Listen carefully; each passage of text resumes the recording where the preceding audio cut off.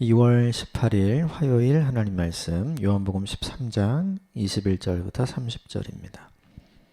같이 교독하겠습니다.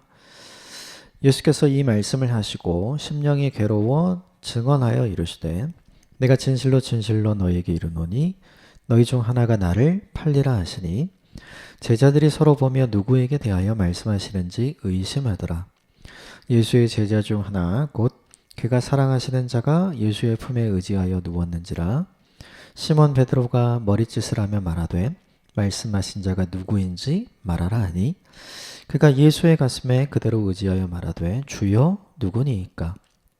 예수께서 대답하시되 내가 떡 한 조각을 적셔다 주는 자가 그니라 하시고 곧 한 조각을 적셔서 가룟 시몬의 아들 유다에게 주시니 조각을 받은 후 곧 사탄이 그 속에 들어간지라. 이에 예수께서 유다에게 이르시되 내가 하는 일을 속히 하라 하시니 이 말씀을 무슨 뜻으로 하셨는지 그 앉은 자 중에 아는 자가 없고 어떤 이들은 유다가 돈꾀를 맡았으므로 명절에 우리가 쓸 물건을 사라 하시는지 혹은 가난한 자들에게 무엇을 주라 하시는 줄로 생각하더라.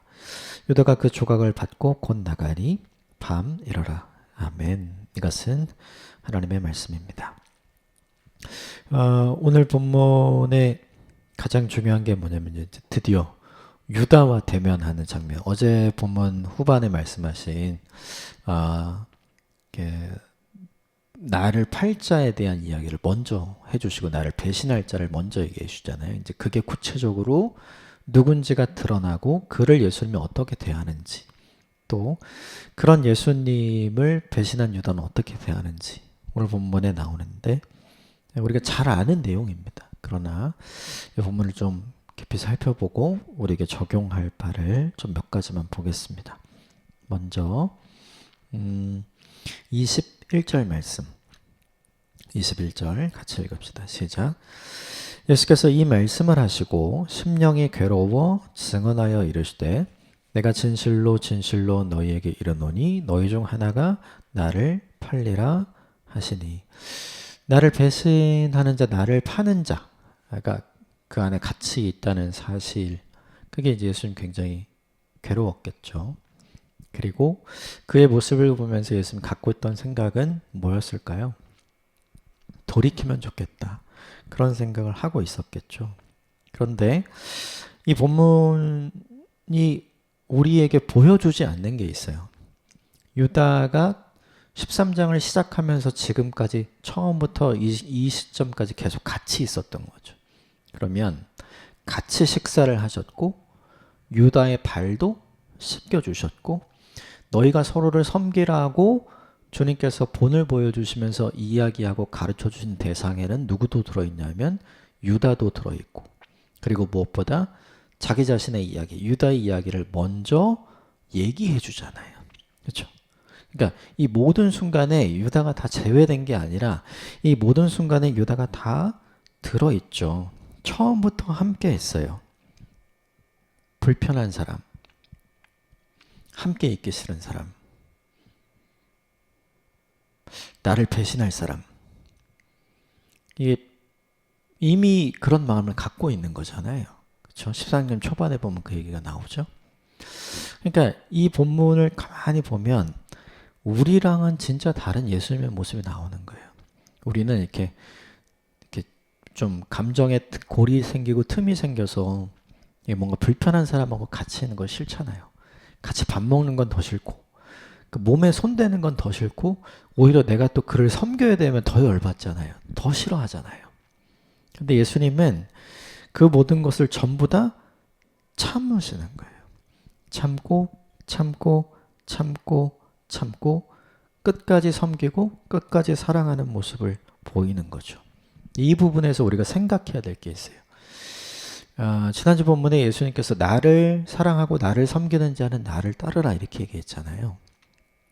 우리가 예수님을 사랑하고 예수님을 섬기는 자가 되려면 뭘 따라야 되는가?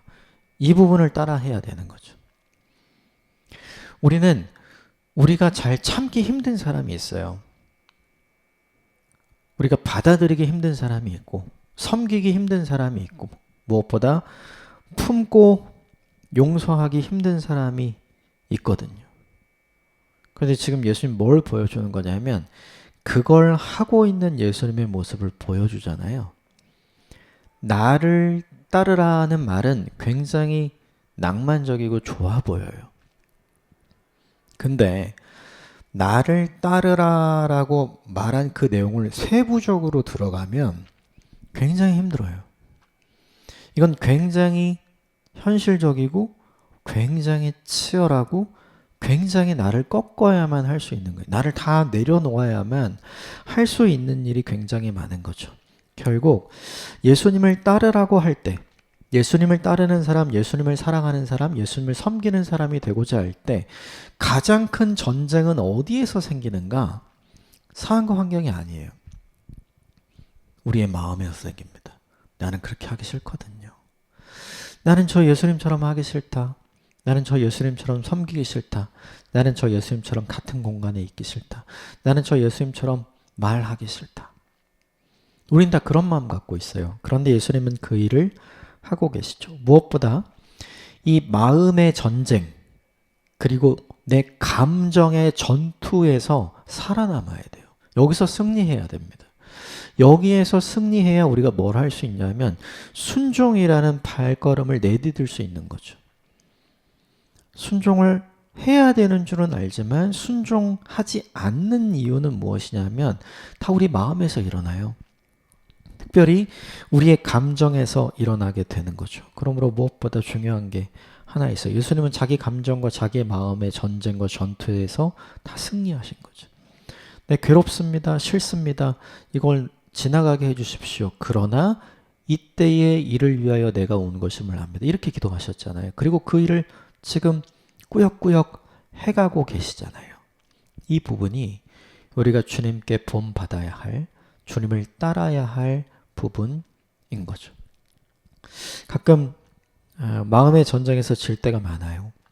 그리고 감정의 전투에서 패배할 때가 많습니다. 그리고 나면 주님 말씀을 따라 순종하기로 결정하는 일은 굉장히 어려운 일 같아요.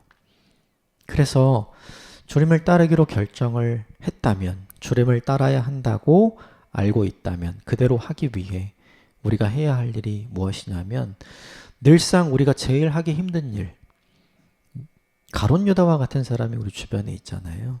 내가 그를 어떻게 대하는가. 이 감정의 전투와 이 마음의 전쟁에서 절대로 패배하지 않게 되기를 주님으로 축복합니다. 어려운 일이에요. 그러나 우리가 극복해야 할 일이고 우리가 도전해야 할 일인 거죠. 그렇게 경고를 주고 사인을 주었음에도 불구하고 제자들은 아무 변화가 없고 특별히 가룟 유다는 더 변화가 없죠. 베드로가 궁금했어요. 그 사람이 누군가? 너희 중에 나를 팔 자가 누군가? 수군수군되죠. 베드로는 자기가 직접 물어보진 못하고 예수님의 품에 이렇게 가까이 있었던 요한에게 야 머리짓을 하면서 야 네가 물어봐. 지금 이런 상황이 22절부터 24절까지 그리고 요한이 물어봅니다. 25절, 26절 같이 읽겠습니다. 시작. 그가 예수의 가슴에 그대로 의지하여 말하되 주여 누구니이까? 예수께서 대답하시되 내가 떡 한 조각을 적셔다 주는 자가 그니라 하시고 곧 그 한 조각을 적셔서 가룟 유다 시몬의 아들 유다에게 주시니. 예수님 얘기했죠. 이 떡 조각을 받는 사람이 그다. 그리고 그 떡 조각을 누구에게 줍니까? 가롯 유다에게 주는 거죠. 근데 생각을 해봐요. 이 떡 조각을 주는 예수님의 시선과 예수님의 눈매가 어땠을까? 막 노려보면서 막 분노에 찬 눈으로 보셨을까요? 그렇지 않죠. 긍휼의 눈, 안타까운 눈. 네가 나중에 예수님이 가룟 유다가 돌아오지 않는 모습을 보면서 굉장히 슬퍼하시잖아요. 예수님은 이미 다 알고 있어요. 근데 중요한 건 너 어떻게 나한테 그럴 수 있어? 이런 질문 안 하시죠. 너 어떻게 그런 생각을 할 수 있어? 이런 말씀 안 하시죠. 주님은 다 아시는 분이잖아요. 무슨 생각을 하고 있는지, 무슨 계획이 있는지. 그러니까 주님께서 이야기하시잖아요. 네가 하고자 하는 일을 속히 하라. 네, 좀 이따 나오는 본문인데 주님 모르지 않았어요. 다 알고 계셨죠. 그런데 그렇게 반문하지 않고 그렇게 호통치지 않고 책망하지 않은 이유는 지금 돌이킬 기회를 주시는 거죠. 돌아올 수 있는 기회, 길을 열어주시는 거예요. 그런데 그걸 오늘 본문에 유다는 차버리게 되죠. 이 본문을 보면서 생각하는 게 있어요. 뭐냐면 예수님처럼 나는 기회를 줄 수 있는 사람인가? 예수님처럼 너 어떻게 나한테 그럴 수 있어? 라고 말하지 않을 수 있는 사람인가? 예수님처럼 그래도 그를 긍휼히 여기고 사랑으로 여기려고 하는 마음이 있는 사람인가? 저는 이 본문이 되게 힘들어요. 제 마음에는 그렇게 하고 싶지 않은 사람이 있거든요. 예. 많아요. 근데 예수님이 이렇게 하시니까 제가 이걸 따르려면 그걸 다 접어야 되고 제 생각을 바꿔야 되고 감정을 바꿔야 되고 제 마음을 바꿔야 되잖아요. 그게 쉽지 않은 것 같아요. 그렇게 해야 한다는 걸 알면서도 그렇게 하기 쉽지 않은 일. 그러나 주님이 이 모습을 왜 이렇게 선명하고 분명하게 보여주실까? 저와 같은 생각을 하면서 마음을 가진 사람들이 뭐 한둘이겠어요? 저와 여러분 다 마찬가지인 거죠. 주님은 오늘 우리에게 도전하시는 거예요. 나처럼 해보지 않을래? 이렇게. 아직까지 저는 솔직하게 자신은 없어요. 네, 여러분은 어떠신가요? 네. 근데 우리가 언젠가는 해야 할 일, 언젠가는 따라야 할 길, 이 길을 예수님이 열어놓으신 거거든요. 그걸 기억하고 오늘 하지 못하더라도 내가 반드시 저 길을 가게 될 거야. 주님 때문에 저 길을 선택하게 될 거야. 그 믿음을 잃지 않는 저와 여러분이 되시기를 주님의 이름으로 축복합니다. 이 이야기를 듣고 유다가 어떻게 했는가? 27절, 30절 같이 읽읍시다. 시작. 조각을 받은 후 곧 사탄이 그 속에 들어간지라. 이에 예수께서 유다에게 이르시되 내가 하는 일을 속히 하라 하시니 30절 유다가 그 조각을 받고 곧 나가니 밤이러라.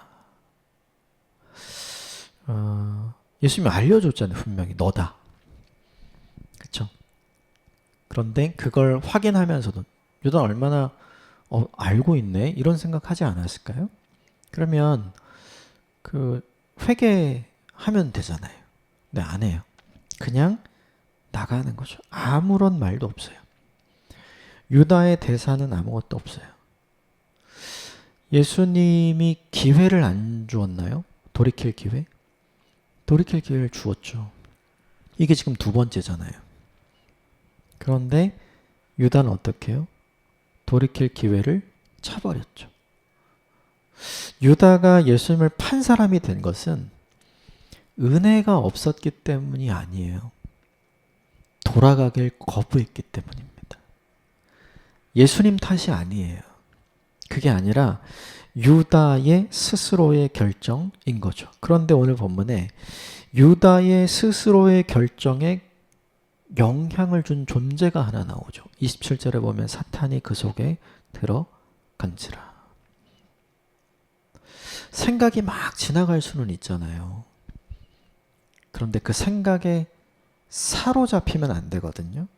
그런데 사탄이 그 속에 들어갔다는 뜻이 무엇이냐면 그 생각에 사로잡힌 사람이 되었다라는 뜻이에요. 나쁜 생각, 예수님이 기뻐하지 않을 생각, 그런 거 우리 다 생각하고 계획하고 다 떠올리죠. 근데 중요한 건 그걸 내 생각과 내 마음에 심어서 자라서 열매가 맺게 하는 건 나라는 거예요. 오늘 이 본문만 보면 사탄이 그렇게 한 것처럼 보이죠. 그러나 아니요. 그렇지 않아요. 사탄은 기다린 것뿐이에요. 유다가 완전히 그런 생각을 하도록 기다리고 그 생각에 완전히 사로잡혔을 때 탁 그 기회를 잡은 거죠. 우리가 흔히 이런 말을 해요. 내가 왜 그런 말을 했는지 나도 잘 모르겠어. 내가 왜 그런 생각을 하고 있었는지 나도 잘 모르겠어. 나도 내 마음을 잘 모르겠어. 이게 바로 악한 마귀에게 사로잡힌 순간이라고 생각하시면 돼요. 내가 평소에는 그런 생각이 많이 나도 그렇게 말하지 않고 그렇게 결정하지 않고 그렇게 선택하지 않고 그렇게 행동하지 않는데 유독 그 순간에 그 일을 하는 거. 그 생각으로 그 마음으로 가득한 것을 사탄이 탁 채간 그 순간. 그건 우리의 책임이에요. 우리의 마음을 사탄에게 내어준 책임. 우리의 생각을 사탄에게 내어준 책임. 여러분, 이 상태를 오늘 본문이 어떻게 표현했냐면 30절에 밤 이렇게 밤. 그렇죠? 밤. 유다의 내면이 얼마나 깜깜했는지를 보여주는 거죠. 예수님은 빛이시잖아요. 유다의 마음이 왜 깜깜했을까요? 빛이 완전히 사라진 순간. 사탄이 언제 우리의 마음과 생각을 사로잡는가? 오늘 본문의 표현대로라면 사탄이 그 속에 들어갔는가? 예수님이 완전히 사라진 순간. 말씀이 완전히 사라진 순간. 아무리 깜깜해도 빛이 조금만 있으면 밝혀져요. 그런데 빛이 완전히 소멸된 거죠. 이 순간이 누구에게 찾아오냐면 사람에게 찾아온 거죠. 그러므로 중요한 게 있어요. 내 생각을 어둡게, 내 마음을 밤으로 채우면 안 돼요. 내 생각을 밝게, 내 마음을 빛이신 예수님으로 채우는 것이 우리에게 중요하죠. 그럼 어떻게 채울 것인가? 지금 유다는 생각하고 있는 거잖아요. 저 사람은 메시아가 되어서는 안 돼. 그렇죠? 자기 생각을 채워넣는 거거든요. 자기 생각으로 가득하면 어두워지고 밤이 돼요. 그러나 말씀으로 가득하게 되면 빛이 되고 낫이 되죠. 여러분, 이게 우리에게 중요해요. 왜 말씀의 사람이 되는 것이 중요한가? 말씀의 사람은 우리를 어두움의 사람, 밤의 사람, 악한 마귀의 사람이 되는 걸 방지해 줍니다. 그래서 끊임없이 말씀을 묵상하는 일, 말씀을 인정하는 일, 그 일이 우리에게 훨씬 더 중요한 일이고 그 일이 우리에게 훨씬 더 좋은 일이에요. 오늘 하루를 살아가시면서 여러분 이 본문의 유다의 모습을 잘 곰곰이 생각해 보셨으면 좋겠어요. 은혜가 없었던 게 아니라 돌이키지 않았어요. 기회가 없었던 게 아니라 유다가 기회를 차버렸습니다. 왜요? 그의 내면과 그의 마음이, 그의 생각이 어두움과 밤으로 가득 찼기 때문이죠. 거기에 한 줄기 빛이 있었더라면 어떻게 되었을까? 여러분, 사람을 살리는 말씀은 많은 말씀이 아니에요. 저와 여러분을 살리는 말씀은 인생 말씀은 딱 하나잖아요. 그 하나의 말씀이 우리의 생각에 심겨지고 우리의 마음에 비추어졌을 때 어둠이 다 물러가고 다시 주님께서 주시는 평안이 찾아오는 거잖아요. 다른 마음이 생기기 시작하고 다른 생각이 시작되잖아요. 이 놀라운 은혜가 저와 여러분의 인생 가운데 있게 되기를 주님의 이름으로 축복합니다. 기회를 주실 때 잡아야 돼요. 은혜를 주실 때 받아야 합니다. 말씀으로 우리의 삶과 우리의 마음과 우리의 생각을 채우는 오늘 하루가 되시기를 주님의 이름으로 축복합니다. 함께 기도하겠습니다.